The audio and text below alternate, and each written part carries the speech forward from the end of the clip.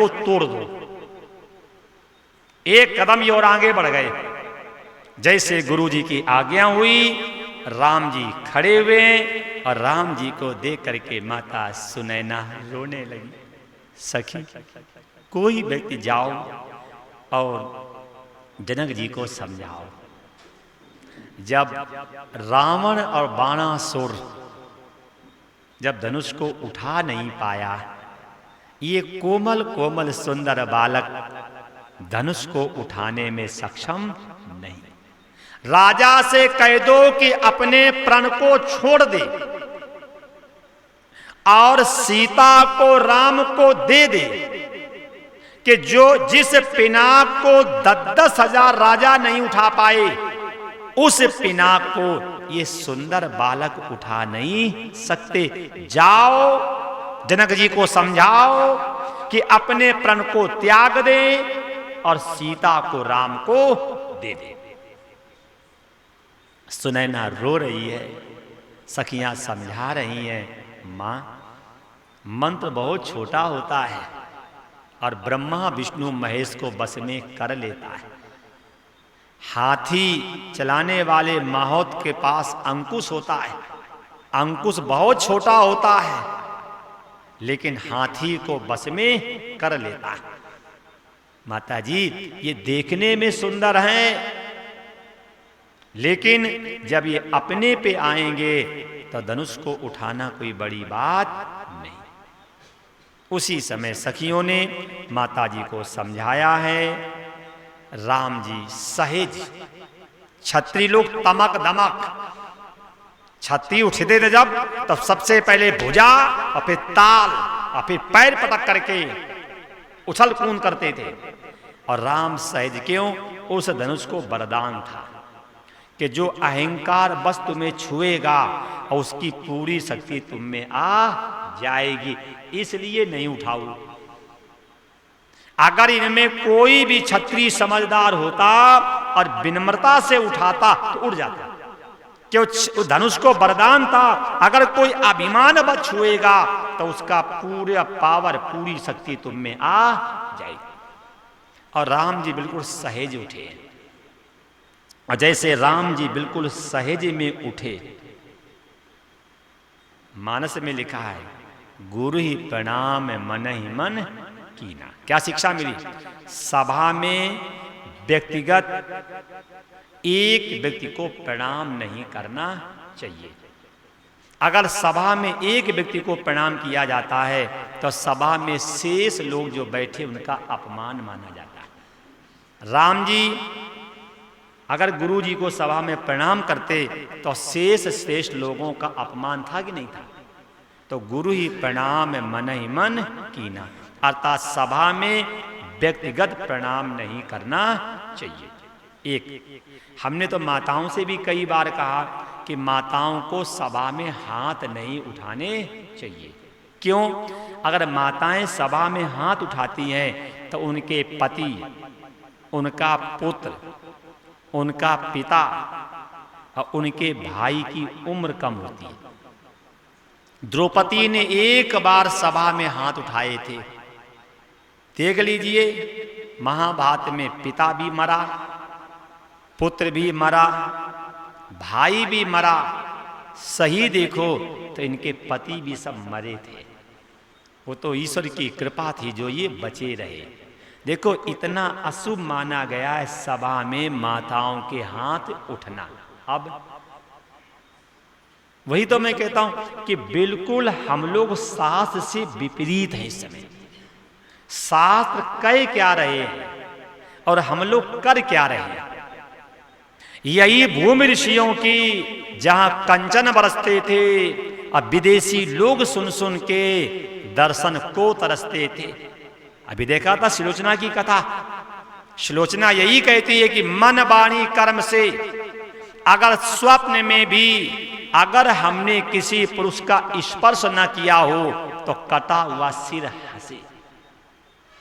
ये पतिव्रता नारी की महिमाओं से ग्रंथ भरे पड़े, लेकिन आज क्या हो रहा है? हम लोग समझदार हैं, थोड़ा अपने घर को अपनी संस्कृति को, अपनी बेटियों को बचाने के लिए सोचो।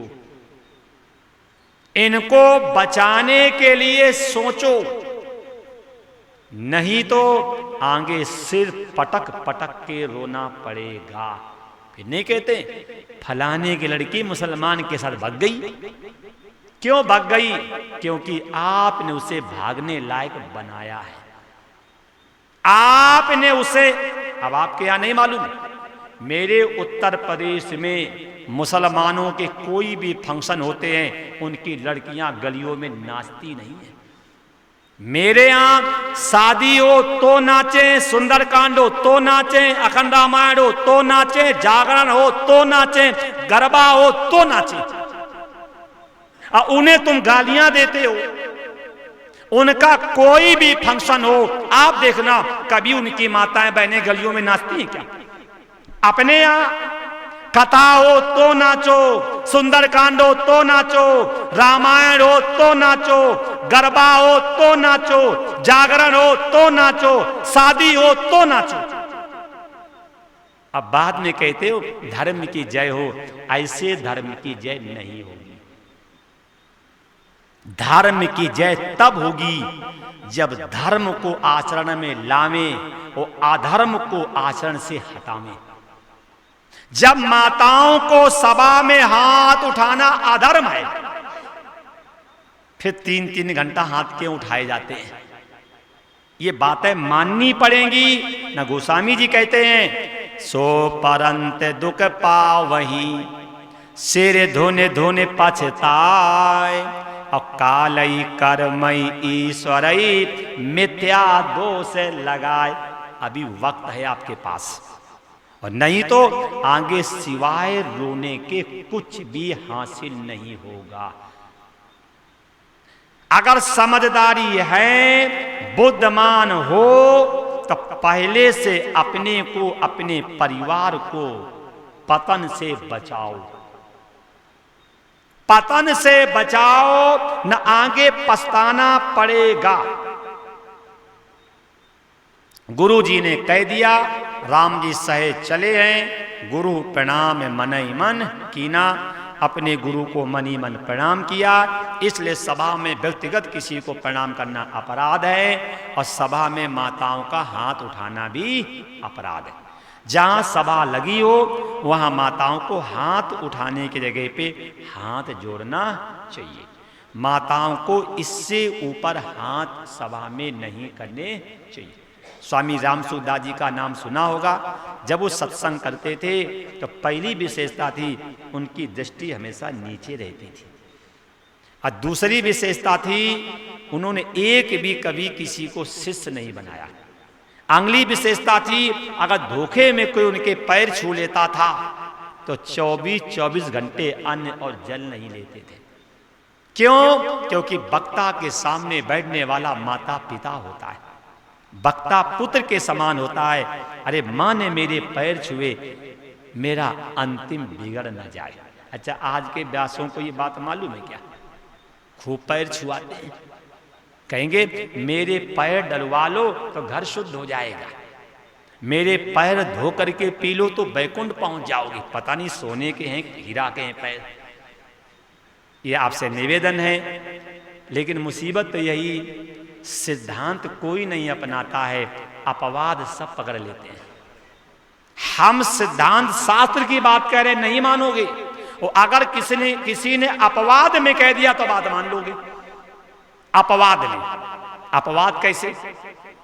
जयपुर में नगीन नगर में, जयपुर में शांति नगर में कथा कर रहे थे। एक कोई राजपूतनी की बहू थी, उसके बच्चा हो नहीं रहा होगा, तो मेरे सामने ऐसे प्रणाम करा, रोने लगी।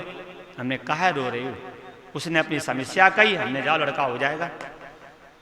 और जब अगली साल कथा करने गए तो वो आई और मैं के सामने कहा ये लो तुम्हारा है। अरे मेरे तो हाथ पैर कांप गए। आपको तो मालूम होगा कि राजपूतनी के सिर तो ढके ही होते हैं, जो नहीं। हम मैं तो डर गया, मुंह देखा नहीं, इसे छुआ नहीं, घर इसके गए नहीं, मेरा कहां से हो गया? मैं तो बोला नहीं, डर के मारे कुछ पता नहीं क्या बोल दी। जब कथा से उतर के गए, जिनके घर में रुके थे बर्मा लोग थे, मैंने उनसे कहा कि उसने तो मेरी बेइज्जती कर दी आज। मैक के सामने एक लड़का लेके बोले तुम्हारा है ये। फिर मैंने उसको बुलवाया, पूछा, तब उसने बताया कि ऐसे ऐसे हम 1 साल पहले आई थी, तुम्हारे सामने रोई थी, आपको दया आ गई, आपने कहा लड़का हो जाएगा, तो हो गया, तो हम तुम्हारा ही मानती हैं। तो ये सिद्धांत है कि अपवाद? बोलो, ये अपवाद है। तो ऐसे अगर सब पैर इसमें सबके हो जाएंगे क्या? तो फिर हम एक दिन उठा करके पैर अपने ऊपर रख दें, हमारी भी हो जाए फिर। भाई भागवत में है कि पुरुषों की भी तो संतान हुई, नहीं बोलो, पुरुषों के संतान हुई है मानदाता। इसलिए ये अपवाद है। किसी ने हमसे कहा, अब मेरे मुंह से निकल गया और उसके संतान हो गई, ये सिद्धांत नहीं, ये अपवाद है। ये क्या है? अपवाद है। तो मान लो हम कह दें कि जल चढ़ा दो, तुम्हें नौकरी लग जाएगी, तो उसकी तो नौकरी लगनी थी, उसकी तो नौकरी लगनी ही थी, लेकिन वो अपवाद उसके लिए वरदान हो गया। और हम लोग भी ऐसे हैं कि अपवाद को ही तो सिद्धांत मान लेते हैं। वो नहीं जो कथा सुनाते, एक लोटा जल हर समस्या का हल, तो वो तो यही तो सुनाते हैं। धतूरा चढ़ाया तो ये हो गया, बेलपत्र चढ़ाया तो ये तो कहते हैं। वो सिद्धांत नहीं, वो अपवाद है। क्या है? अपवाद। जब 100 लोगों को उपाय बताओगे तो एक का काम हो तो जाएगा, तो 99 को क्यों पागल बना रहे हो? तो हम आपसे सिद्धांत की बात कहते हैं, इसलिए बात आप अपना नहीं पाते हो। अब वो अपवाद की बात कहते हैं, इसलिए सब लोग अपवाद को धारण कर लेते। तो प्रणाम किया, आगे बढ़े। सुनैना जी रो रही हैं, सखियां उनको समझा रही हैं, और सीता जी का एक एक पल मानो एक एक कल्प के समान बीत रहा है। राम जी ने देखा सीता जी को, मन में विचार किया, का बरसा जब कृषि सुखानी। जब खेती सूख जाए और फिर बारिश हो, कोई फायदा होगी? सीता जी अपने प्राणों को छोड़ दें, अब फिर हम धनुष को तोड़ें, कोई फायदा होगी? का बरसा जब कृषि सुखानी। भाई खेती सूख जाए और फिर बारिश हो, कोई फायदा होने वाली नहीं। ऐसे सीता जी प्राण छोड़ दें, फिर धनुष तोड़े, तो कोई फायदा होने वाला नहीं। क्यों? सीता जी को एक एक पल राम विरह में एक एक कल्प के समान लग रहा है। राम जी ने सीता जी को देखा, उनकी बेचैनी, और जैसे राम जी ने धनुष की ओर देखा, लक्ष्मण जी खड़े हुए और दोनों पैरों से ब्रह्मांड को दाब लिया। विश्वामित्र जी ने लक्ष्मण जी की ओर देखा, धनुष तोड़ने जा रहा, वो दाब रहे हैं, ये क्या मतलब है? तोड़ने जा रहे हैं राम और दाब रहे हैं ये। विश्वामित्र जी ने लक्ष्मण जी से कहा कि तुम्हें विवाह करना है क्या? चिल्ला भी तुम रहे थे, जो तुम्हारा अनुशासन पाऊं, कंदुकियों ब्रह्मांड उठाऊं, चिल्ला भी तुम रहे थे और दाब भी तुम रहे हो, क्या मतलब? लक्ष्मण जी ने कहा, गुरुदेव मेरे ऊपर बहुत बड़ी जिम्मेदारी है। जब धनुष टूटेगा, भयानक आवाज होगी, 10 दिक्पाल डर जाएंगे, सूर्य भगवान के घोड़े उल्टे भाग खड़े होंगे। जब भयानक आवाज होगी और जब 10 दिक्पाल डरेंगे, और ये पृथ्वी उन्हीं के सिर पे है, अगर कहीं डर गए और पृथ्वी कहीं गिर गई और मैं शेषा अवतारी, पृथ्वी को धारण करने वाला, धरण सुता की शादी में और धरण ही उल्टी हो जाए, धरण सुता की शादी में और धरण ही उल्टा हो जाए, ये हमारी जिम्मेदारी बनती है। इसलिए मैं दोनों पैरों से धरा को दाब लिया है। लक्ष्मण जी दोनों पैरों से पृथ्वी को दाबे हैं, जाकि धनुष तोड़ने से, आवाज होने से कहीं बैलेंस बिगड़ न जाए। दोनों पैरों से पृथ्वी को दाब लिया सीता जी को देख करके राम जी धनुष के पास गए। मन में सोच रहे हैं धनुष बड़ा है, हम छोटे हैं। धनुष बड़ा है, हम छोटे हैं। अगर इसको उठाएंगे तो पैर से दबाएंगे, ऊपर वाले कोने पे हाथ तो पहुंचेगा नहीं। पहुंच जाएगा क्या भाई? कहाँ कुक्षी कहाँ धार, इतने बड़े हाथ। फिर राम जी ने सोचा अगर हम हाथ बड़े करें योग माया से तो ये सब क्षत्रिय लोग अभी उपद्रव करने लगेंगे। अरे ये राजा नहीं तो भगवान है, राजा नहीं है भगवान है, राजा नहीं है भगवान है। फिर मन में सोचा जो रावण चला गया फिर वापस आ जाएगा। अब ब्रह्मा जी के पास जाकर कहेगा कि मैंने वरदान मांगा था, हम काऊ के मरई न मारे, बानर मधु जात दुई मारे। तीसरा ब्रह्म कहां से आ गया? राम जी ने सोचा अगर मैं अपनी भुजाओं को उठाऊंगा तब मेरा ऐश्वर्य जो है इन लोगों को देखा नहीं जाएगा। इतनी फुर्ती करी, लेत, चढ़ावत, खैंचत, काढ़े, काऊ न लखा, उठाया, चढ़ाया, तोड़ा और डाला, कोई देख भी नहीं पाया। लेत, चढ़ावत, खैंचत, काढ़े, अकाउ न लखा, खंडमई डारी। इतनी फुर्ती में उठाया, चढ़ाया, तोड़ा, भूमि पे डाला जैसे आकाश में बिजली चमकती है। इतने फुर्ती में काम किया, भयानक आवाज हुई। किसी ने अपने कान बंद कर लिए, किसी ने अपना आंख बंद कर ली, किसी ने अपना मुंह बंद किया और कोई किसी के पीछे छिपके बैठ गया। और जब उसकी आवाज शांत हुई तब देखा धनुष तो नीचे पड़ा है। धनुष लिखा है तेई छन राम मद धन तोरा। इसमें भी संतों के मत है। तेई छन राम मद धन तोड़ा। किसने तोड़ा? बोले मध्य के राम ने तोड़ा। 3 राम हुए, सतयुग में हुए हैं परशुराम हैं, और द्वापर में हुए हैं बलराम, और त्रेता में हुए हैं राम। न पहले वाले राम ने तोड़ा और न बाद वाले राम ने तोड़ा, बीच वाले राम ने धनुष को तोड़ा। तेई छन राम मध्य, जो मध्य में राम पैदा हुए उन्होंने धनुष को तोड़ा। एक ने कहा नहीं नहीं, बोले फिर तेई छन राम मध्य, सभी क्षत्रियों के मध्य में तोड़ा।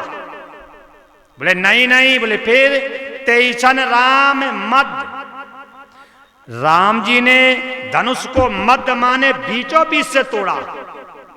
एक पल्ला बड़ा कर देते, एक पल्ला छोटा कर देते, तो छोटा पल्ला कहता महाराज तुम तो समदर्शी हो, फिर तुमने ये विषमता का व्यवहार क्यों किया? एक ने कहा नहीं नहीं, बोले फिर तेई छन राम मध्य। भगवान राम अपने जीवन में 3 वाटिकाओं में गए, सुमन वाटिका, अशोक वाटिका, पुष्प वाटिका। 3 वाटिकाएं हैं, सुमन वाटिका, अशोक वाटिका, पुष्प वाटिका। सुमन वाटिका जो है अयोध्या में है, पुष्प वाटिका जो है जनकपुर में है, वो अशोक वाटिका लंका में है।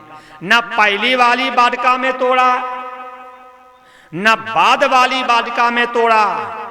कहां तोड़ा? मध्य की वाटिका में तोड़ा। भगवान राम को यश के लिए 3 देशों में जाना पड़ा। पैदा हुए अयोध्या में, विवाह हुआ जनकपुर में, और यश मिला है तो न जन्म वाले में तोड़ा और न यश वाले में तोड़ा। कहां तोड़ा? बोले विवाह वाले में, मध्य की नगरी में तोड़ा। ये ने कहा नहीं नहीं, तेई छन राम मध्य। उधर सीता जी खड़ी हैं, इधर लक्ष्मण जी खड़े हैं, बीच में राम खड़े हैं, अर्थात ज्ञान और वैराग के मध्य में तोड़ा। एक ने कहा नहीं नहीं, बोले फिर राम जी के विवाह तक 3 महात्मा आए हैं, वशिष्ठ जी, विश्वामित्र जी, परशुराम जी। ना वशिष्ठ जी के सामने तोड़ा और ना परशुराम जी के सामने तोड़ा, और जो बाबा बीच में मिला था उसके सामने तोड़ा। बीच में कौन मिले थे? विश्वामित्र जी। बोले मध्य वाले बाबा के सामने तोड़ा। किसी ने कहा नहीं नहीं, बोले फिर? बोले मध्य की अवस्था में तोड़ा। बाल्यावस्था निकल गई है, वृद्धावस्था आएगी और युवावस्था चालू हो गई है। ना बाल्यावस्था में तोड़ा, ना वृद्धावस्था में तोड़ा। कब तोड़ा? बोले युवावस्था में तोड़ा। नहीं नहीं, बोले फिर? बोले मध्य लोक में तोड़ा। पाताल लोक नीचे, स्वर्ग लोक ऊपर है। कहां तोड़ा? बोले भूलोक, मध्य लोक में। कहां तोड़ा? भूलोक माने मध्य लोक में। वही लिखा, तेई छन राम मध्य धनु तोड़ा। जनकपुर जब आए थे तो कई लोग थे? 3 लोग। तो विश्वामित्र जी बैठे सिंहासन पे, लक्ष्मण जी दोनों पैरों से पृथ्वी को दाब के, अर्थात जो 3 लोग अयोध्या से आए थे, विश्वामित्र जी, लक्ष्मण जी, राम जी, अर्थात तीनों लोग जो आए थे, तो दोनों के मध्य इधर गुरु जी बैठे हैं और लक्ष्मण जी पैर से पृथ्वी को दबाए हुए, तो दोनों के मध्य में तोड़ा। तेई छन राम मध्य धन तोड़ा। धनुष को तोड़ दिया। छत्री सब चुप हो गए। सखियों ने सीता जी से कहा चलो माला डालो। सखियों ने जब ये बात कही तो सीता जी माला लेकर के राम के सामने गई। अब हम थे तो नहीं उस समय देखने वाले, लेकिन वाल्मीकि रामायण में लिखा है कि सीता जी उस समय 6 वर्ष की थी और राम जी उस समय 15 वर्ष के थे, लिखा है। अब ये बातें इस जमाने में कोई मानेगा क्या? अपने यहाँ पहले यही था, छोटी उम्र में शादी हो जाती थी और गौना 9 साल 11 साल के बाद करते थे। तो बोलो वो उम्र शादी वाली हुई कि नहीं हुई? अपने ग्रंथों में कन्यादान का विधान है और मेरे हिसाब से 35-35 साल की हो जाती हैं तो कन्या है कि नहीं है। इस भौतिकता के जमाने में 35 साल तक कन्या रहना असंभव है। भौतिकता क्यों? मेरे महाराज जी कहते हैं इस समय इतना ज्यादा भौतिकता की आंधी चल रही है, पेट्रोल छिड़का पड़ा है। अगर पेट्रोल पे माचिस की तीली डालोगे तो क्या होगा? तो शास्त्र में स्त्री को आग कहा गया है, पुरुष को घी कहा गया है। इस समय बहुत बचने का समय है।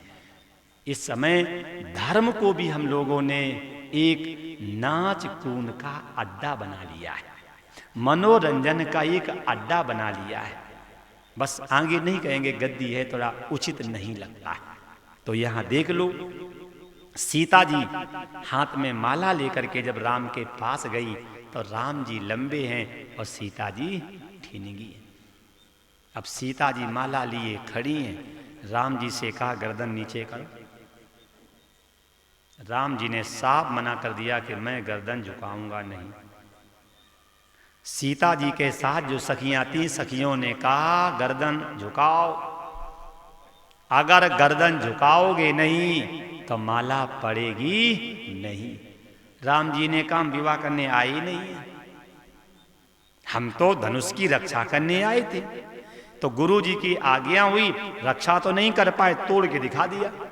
हम नहीं तोड़ते, हमारी तोड़ने की इच्छा ही नहीं थी, क्योंकि हम तो सहज हैं, सहज स्वभाव न मन कुड़लाई। गुरु जी ने कहा उठाओ राम बन जाओ बहुचापा, तब गुरु जी की आज्ञा हुई, हमने तोड़ दिया। हमें विवाह की इच्छा ही नहीं। जब सखियों का राम का संवाद हो रहा था तो उसी समय विश्वामित्र जी गए। राम बोले हाँ, पुरुष को स्त्री के सामने सिर झुकाना पड़ेगा। क्यों? स्त्री भक्ति है और राम ज्ञान है, और भागवत में आया कि ज्ञान और वैराग भक्ति के पुत्र है। ज्ञान वैराग भक्ति के पुत्र है। तो अगर भक्ति करनी है तो सिर झुकाना पड़ेगा, अर्थात सीता चाहिए तो सिर झुकाना पड़ेगा। राम जी ने कहा गुरु जी सुनो, अभी तक मैंने अपनी मर्जी से कुछ नहीं किया है। हम आपके साथ आ रहे थे, आपने संकेत किया, ताड़का को मार दिया, मारीच को फेंक दिया, सुबाहु को फूंक दिया, ताड़का को इसको अहिल्या को तार दिया, गंगा जी में स्नान कर लिया, जनकपुर के लोगों के नेत्र कृतार्थ कर दिए, आपने आज्ञा दी, पिनाक को तोड़ दिया। मैंने अपनी मर्जी से कुछ किया? मैंने अपनी मर्जी से कुछ नहीं किया, जो आप कहते रहे और हम करते रहे। लेकिन गुरुदेव हम ये बात आपकी मानेंगे नहीं। क्यों नहीं मानेंगे? बोले हम सूरवंशी हैं, सूरवंश में सिर कटाना सीखा गया है, लेकिन सिर झुकाना नहीं सीखा गया है। हम सूरवंशी हैं, सूरवंश की परंपरा है कि सिर कटा लेना, लेकिन सिर झुकाना मत। राम जी ने कहा गुरुदेव और सुनो, हम ब्रह्मचारी हैं। अब मेरे गुरु जी ने मुझसे कहा था जननी सम जानौ पर नारी। हम ब्रह्मचारी हैं, ब्रह्मचारी को कास्ट की स्त्री भी नहीं छूनी चाहिए। वो आप कह रहे हैं कि सिर झुकाओ माला पिनेगी, हम नहीं। महाराज सुनो, हम धनुष की रक्षा करने आए थे, हम विवाह करने नहीं आए थे। मैं आपकी हर बात मानने को तैयार हूं, लेकिन सिर झुका करके माला डलवाने के लिए तैयार। विश्वामित्र जी ने सोचा कि तो मेरी बात सुनी नहीं रही। लक्ष्मण जी दौड़ के आए, गुरु जी बोले हाँ, एक काम राम जी ने किया और एक काम अगर हम कर दें तो। बोले क्या मतलब? क्या मतलब? लक्ष्मण जी ने कहा विश्वामित्र जी से, दो ही बातें तो थी, जो धनुष को उठाएगा उसके गले में सीता माला डालेगी। तो धनुष तो उठा दिया भैया ने, अब माला डलवा दें हम। विश्वामित्र जी ने कहा अगर तुम माला डलवा दो तो मैं वचन देता हूं कि इसी उत्सव में तुम्हारा भी विवाह करवा दूंगा।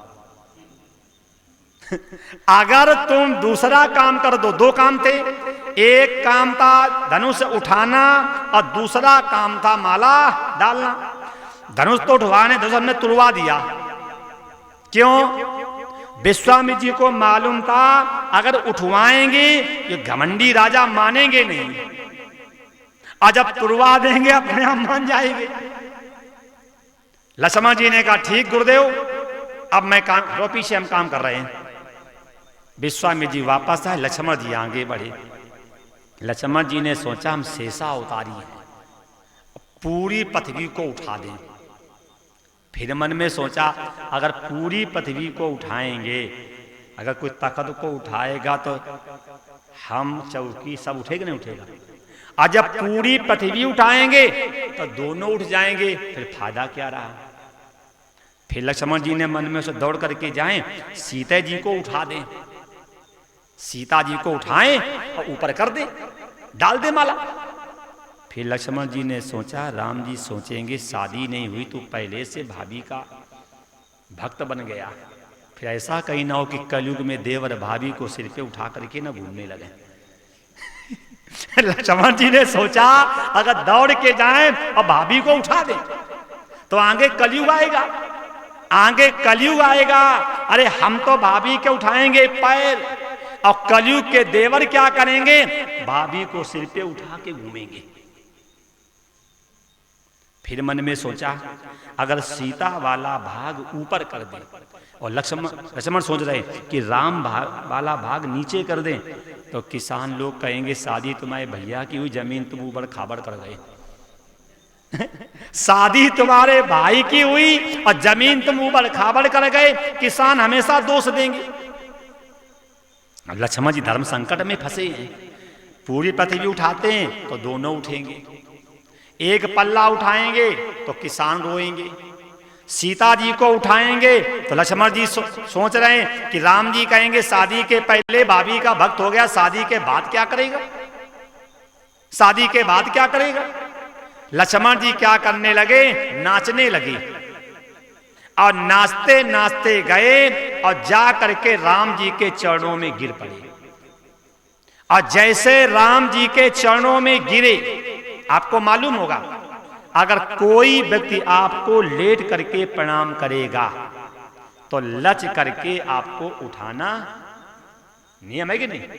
अगर कोई व्यक्ति आपको प्रणाम करेगा तो लच कर करके आपको उठाना पड़ेगा। और जैसे लक्ष्मण जी ने लेट करके प्रणाम किया और जैसे लच कर करके राम जी उठाने लगे, सीता जी को अवसर मिल गया, फट गले में माला, तभी से नाम पड़ा देवर। अगर लक्ष्मण जी ने प्रणाम किया ना होता, राम जी झुके ना होते, सीता ने माला डाली ना होती तो सीता को वर मिला ना होता, तब नाम पड़ा देवर। क्योंकि देवर नाम क्यों पड़ा कि भाभी को वर दिलाने वाला जो है उसी का नाम देवर। और आज के देवर होली में क्या करते हैं, पी करके दारू, फाड़ करके कुर्ता, और फिर कहेंगे भाभी के साथ होली खेलेंगे, कि भाभी माँ है, भाभी माँ के समान होती है, देवर पुत्र के समान होता है, साली पुत्री के समान होती है।